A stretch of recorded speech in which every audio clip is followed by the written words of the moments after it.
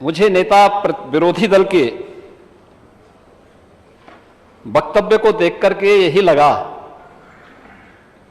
कि 2014, 2017, 2019 और 2022 का जो जनादेश है वो जनता ने वैसे ही नहीं दिया। और दुष्यंत कुमार ने इस पे एक बहुत अच्छी बात कही थी। महोदय दुष्यंत कुमार ने एक बात कही थी कि तुम्हारे पांव के नीचे कोई जमीन नहीं, कमाल यह है फिर भी तुम्हें यकीन नहीं।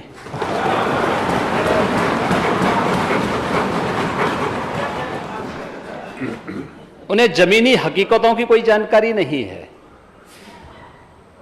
और तुलसीदास जी ने बात कही भी, समर्थ को नहीं दोष गुसाएं। ऐसे ही लोगों पे बातें अक्सर से सही बैठती हैं,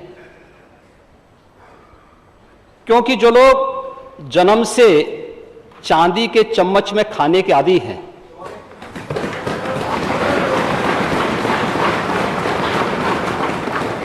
वे गरीब की समस्या को क्या समझेंगे। उत्तर प्रदेश सरकार अपने अन्नदाता किसानों के साथ खड़ी है। किसी भी किसान का बाढ़ से या सूखा से अगर कोई नुकसान होता है तो सरकार उसके साथ खड़ी होगी, उसको हर स्तर पर मदद करेगी। और ये पहली बार हुआ है कि अन्नदाता किसानों के साथ सरकार पिछले 6 वर्ष के अंदर हुई। और इसी का परिणाम है कि 6 वर्ष के अंदर किसी किसान को अपने खेत में गन्ना नहीं जलाना पड़ा, किसी किसान को आत्महत्या करने के लिए मजबूर नहीं होना पड़ा, किसी किसान को प्रदेश के अंदर पलायन करने के लिए मजबूर नहीं होना पड़ा, और प्रदेश के अंदर किसी भी किसान को बड़ा आंदोलन करने की नौबत नहीं आई। क्योंकि सरकार जब उसके साथ खड़ी है तो फिर इस प्रकार की नौबत नहीं आ सकती है। ये तो कहते हैं हम किसानों की आय दोगुनी करेंगे। क्या आपने आलू एक्सपोर्ट किया? आपने कहा कि हमने एक्सपोर्ट बढ़ा दिया। इधर हो सकता है कुछ चीजें एक्सपोर्ट हुई हों, और ऐसा नहीं है अध्यक्ष महोदय कि पहले एक्सपोर्ट नहीं होता था, पहले भी एक्सपोर्ट होता रहा है। आप कह रहे हैं कि आपने चावल एक्सपोर्ट किया है।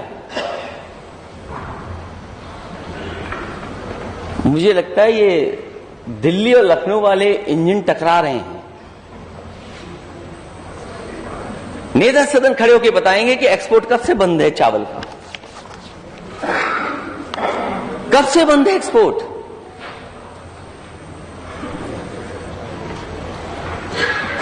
आम भेजा है आपने, आम तो पहले भी जाता था। जिन लोगों ने मंडियां संभाली होंगी, मंडी सरकारों में रहेंगे, वो जानते हैं कि बहुत सी चीजें पहले भी एक्सपोर्ट होती थी। हमें बताएं आलू कितना एक्सपोर्ट हो गया आपका, धान चावल कितना एक्सपोर्ट हो गया। और सुना है कि अब तो लंदन आम जा रहा है, यहां से वेजिटेबल्स मिर्जापुर से जा रही, बलिया से जा रही हैं। और टमाटर का रंग नहीं देखा, आप बात ही नहीं करना चाहते टमाटर पे, क्योंकि टमाटर की कीमत ने आपके चेहरों को लाल कर दिया। आप टमाटर पे बात ही नहीं करना चाहते। और अध्यक्ष महोदय, दुनिया में नहीं हुआ होगा कि किसी ने महंगाई पर कोई बात रखी हो, उसे जेल भेज दें आप। ये जो जाने जा रही हैं, कभी गुलदार से, कभी टाइगर से, टाइगरेस से, या कुत्तों से, और कभी सांड से। नेता सदन, सांड का नाम आते ही आप मुस्कुराने लगे।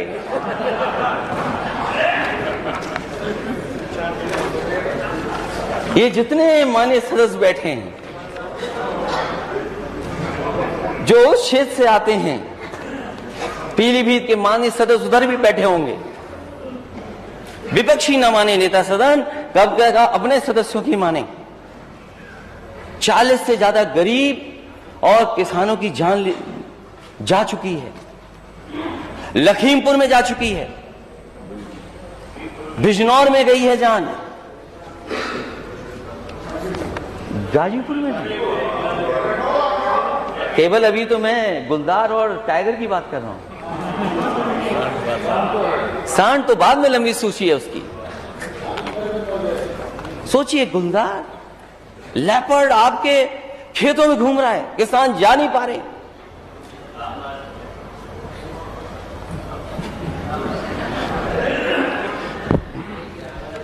अध्यक्ष महोदय, ये सो रहे हैं या ज्यादा आंखें खुली हुई हैं?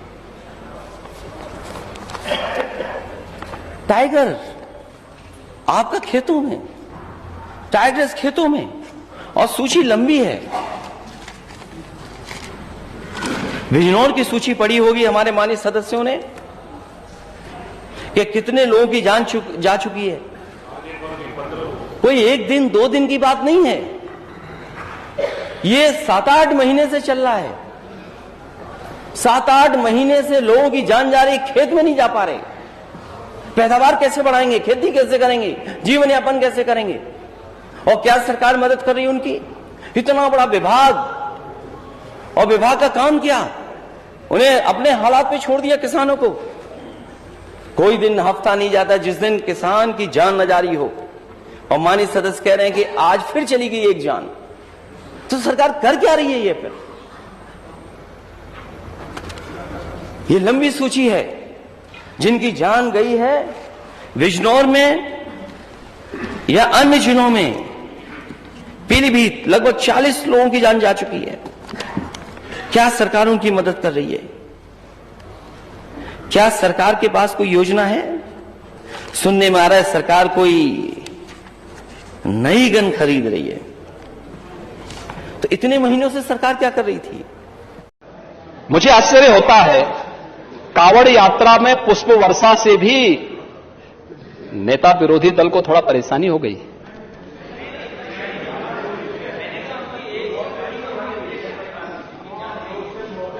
आपने तो कावड़ यात्रा को बैन ही कर दिया था, हमने तो चालू कर दिया। और हमारी सरकार है कि हरेक को सुरक्षा दे रही, किसी के साथ भेदभाव नहीं। यही सरकार है केवल संवाद बनाती है, सड़कों पे कोई नमाज नहीं होती है। सड़कें आवागमन के लिए नहीं। मैं वो आ रहा हूं ना, जन्माष्टमी को भी आप लोग रोक दिए थे जी। अरे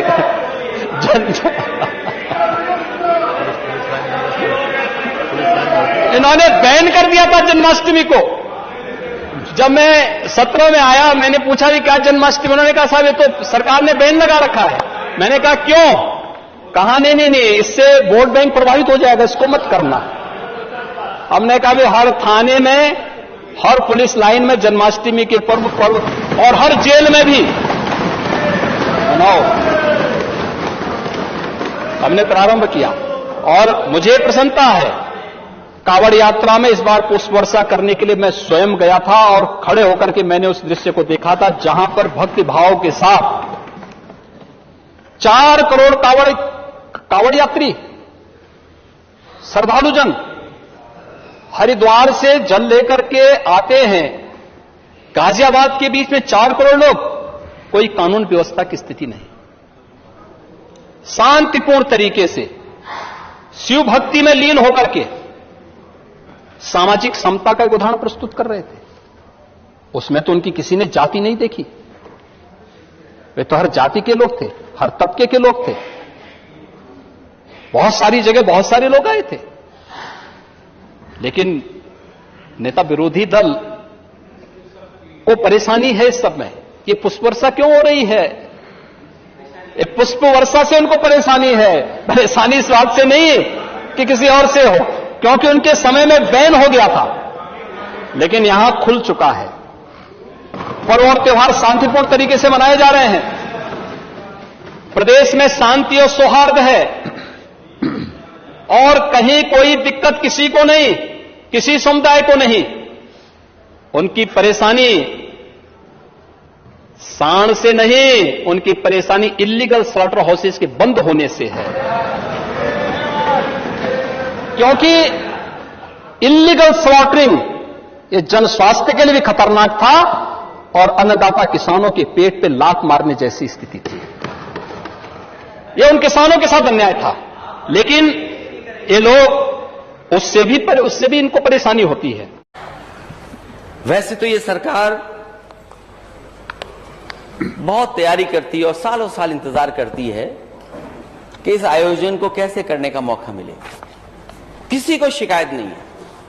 कोई भी आयोजन हो, उस आयोजन में सरकार की अगर जिम्मेदारी है सुरक्षा की, सेफ्टी की, सिक्योरिटी की, तो सरकार को करना चाहिए और ये सरकार की जिम्मेदारी है। आप फूल बरसाते हैं, हेलीकॉप्टर किराए पे लाते हैं, है सरकार का हेलीकॉप्टर इस्तेमाल करते हैं, अधिकारी पैर दबाते हैं, अधिकारी खाना खिलाते हैं, अधिकारी देखभाल करते हैं और कोई गलत नहीं है। अगर मैं कोई त्योहार मनाता हूं, लेकिन मैं समाजवादी हूं, तो मैं अपने घर में मनाता हूं, उसका कोई प्रचार नहीं करता मैं।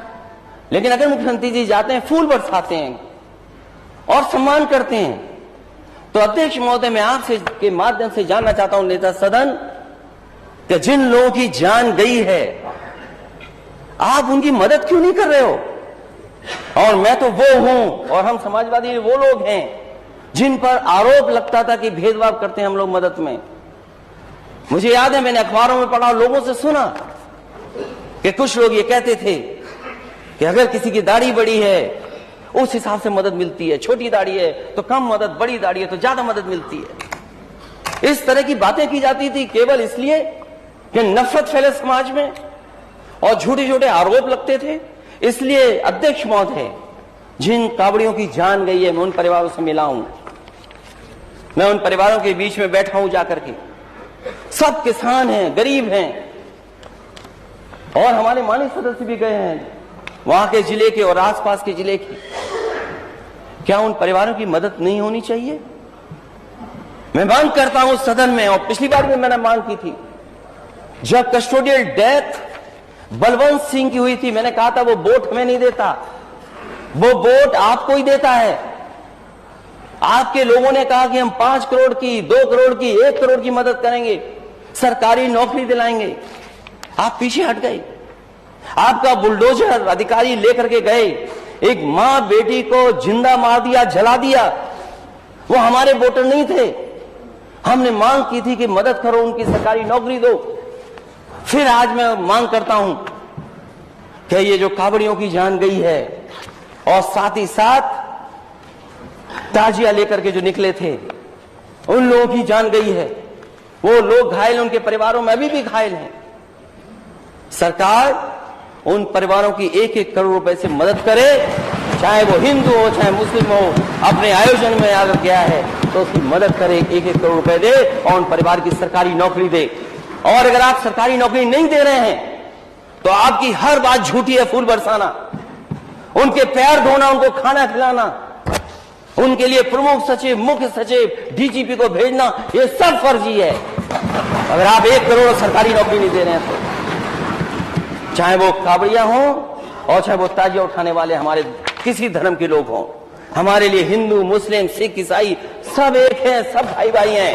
हमारे अंदर कोई भेदभाव नहीं है। और मैं अध्यक्ष महोदय आपको याद दिलाना चाहता हूं, नेता सदन को, मुझे याद है बांदा की एक खबर अखबार में निकली थी कि एक किसान सूखा में उसने आत्महत्या कर ली, उसकी जान चली गई। मैं जाति जनगणना की बात इसलिए भी कहना चाहता हूं, फिर पीछे से कुछ बोल देंगे, आप कब तक बोलते रहोगे? मैं इसलिए भी कहना चाहता हूं कि सबका साथ सबका विकास हो गया। सबका साथ तभी आएगा जब गैर बराबरी खत्म हो जाएगी, और गैर बराबरी खत्म करने के लिए सबसे पहला कदम है जाति जनगणना, और जाति जनगणना के साथ साथ सामाजिक न्याय।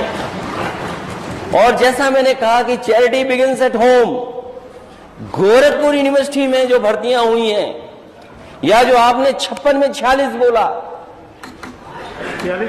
46 में 56 बोला, कम से कम आज तो सूची लेकर के आए होंगे नेता सदन। चलिए अब सुन लीजिए, इसलिए नेता सदन वो सूची जरूर लेकर के आए। अध्यक्ष महोदय, मैं बात खत्म कर रहा था लेकिन अभी फिर राइट हो गए आप। नहीं, इधर ही हूं सर, आपकी तरफ। इसलिए मैं आपसे उम्मीद करता हूं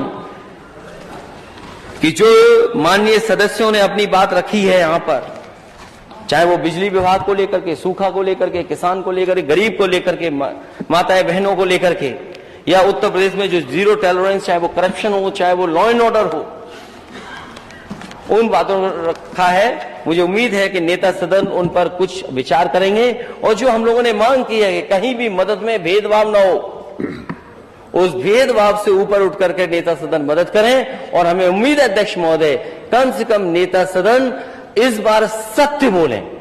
बहुत बहुत धन्यवाद। 12 से 17 के बीच में कुल 42 करोड़ लीटर ही इथेनॉल का उत्पादन हुआ और आज हम अकेले एक वर्ष में 153.71 करोड़ लीटर का इथेनॉल उत्पादन कर रहे हैं। देश के अंदर उत्तर प्रदेश चीनी उत्पादन में नंबर 1 पर है, इथेनॉल उत्पादन में नंबर 1 पर है। और अभी हम लोगों ने छाता की पुरानी चीनी मिल के स्थान पर एक इंटीग्रेटेड शुगर कॉम्प्लेक्स की परमिशन दी है। देवरिया में भी बेतालपुर के लिए हम लोगों ने सुप्रीम कोर्ट से अनुमति मांगी है। जैसे हमें परमिशन मिलेगा, एक इंटीग्रेटेड शुगर कॉम्प्लेक्स के निर्माण की कार्रवाई हम लोग वहां भी करने जा रहे हैं। अन्य जगहों पर भी इस प्रक्रिया को हम आगे बढ़ाएंगे। किसान की आमदनी को बढ़ाने के लिए सरकार के स्तर पर ये सभी प्रयास प्रारंभ किए गए हैं और सरकार अन्नदाता किसानों के हित के लिए इसे तेजी के साथ आगे बढ़ाने के लिए तैयार है।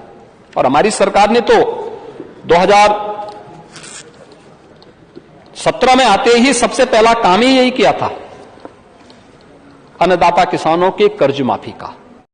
एक अंग्रेजी अखबार में दिया गया और कहा गया कि हमारा गोल है कि $1 ट्रिलियन इकोनॉमी बन जाएगी 2027 तक। ये बात शुरू में भी हम लोगों ने कही थी, जब सदन में हम लोगों को अध्यक्ष महोदय बोलने का मौका मिला था बजट पर, कि इतना बड़ा सपना दिखाया जा रहा है कि $1 ट्रिलियन इकोनॉमी हो जाएगी। ये $1 ट्रिलियन इकोनॉमी बिना किसान की मदद के कैसे संभव है? बिना एग्रीकल्चर सेक्टर को बेहतर किए कैसे संभव है? जब इस इंटरव्यू को मैं देखता हूं तो मुझे ये लगता है कि इसमें बोला कम गया है, लिख करके ज्यादा दिया गया है।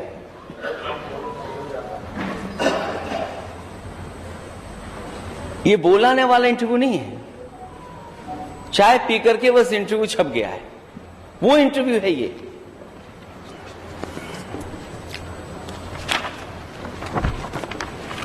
हमारे नेता सदन कहते हैं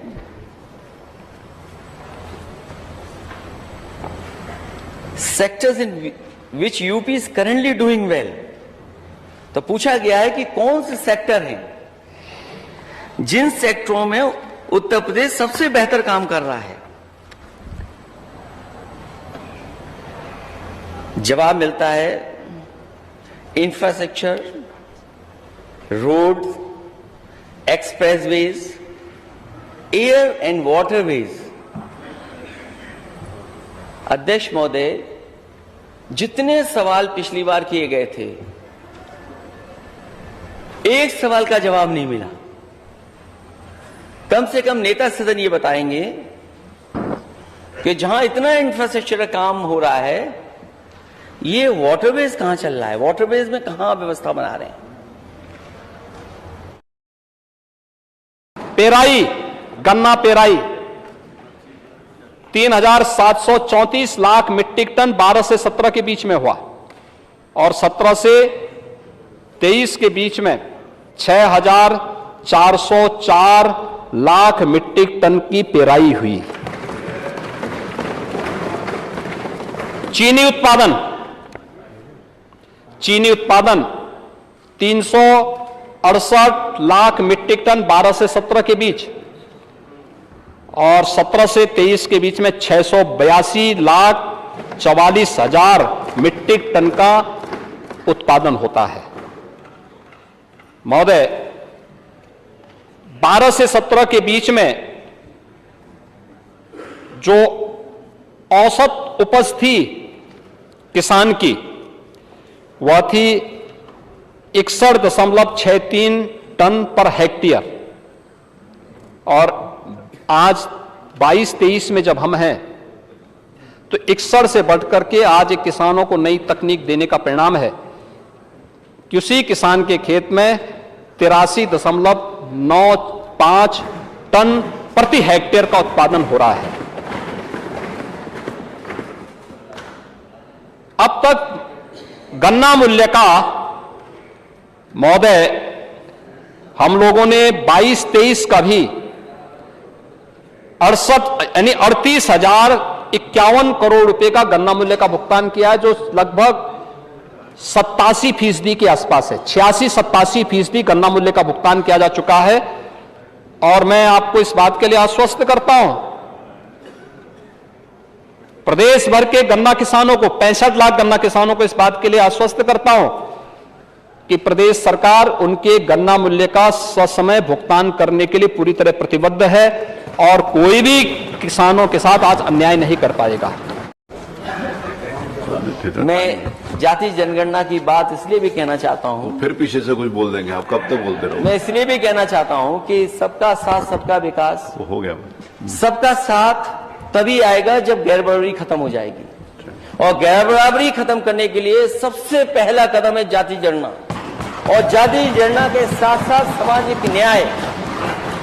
और जैसा मैंने कहा कि charity begins at home, Gorakhpur university में जो भर्तियां हुई हैं, या जो आपने 56 में 46 बोला,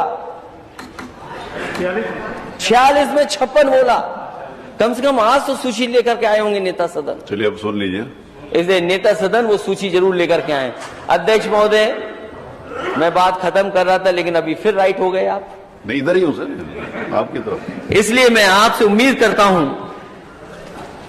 कि जो माननीय सदस्यों ने अपनी बात रखी है यहां पर, चाहे वो बिजली विभाग को लेकर के, सूखा को लेकर के, किसान को लेकर के, गरीब को लेकर के, माताएं बहनों को लेकर के, या उत्तर प्रदेश में जो जीरो टॉलरेंस, चाहे वो करप्शन हो, चाहे वो लॉ एंड ऑर्डर हो, उन बातों को रखा है। मुझे उम्मीद है कि नेता सदन उन पर कुछ विचार करेंगे। और जो हम लोगों ने मांग की है कि कहीं भी मदद में भेदभाव न हो, उस भेदभाव से ऊपर उठ करके नेता सदन मदद करें। और हमें उम्मीद है अध्यक्ष महोदय, कम से कम नेता सदन इस बार सत्य बोलें। बहुत बहुत धन्यवाद।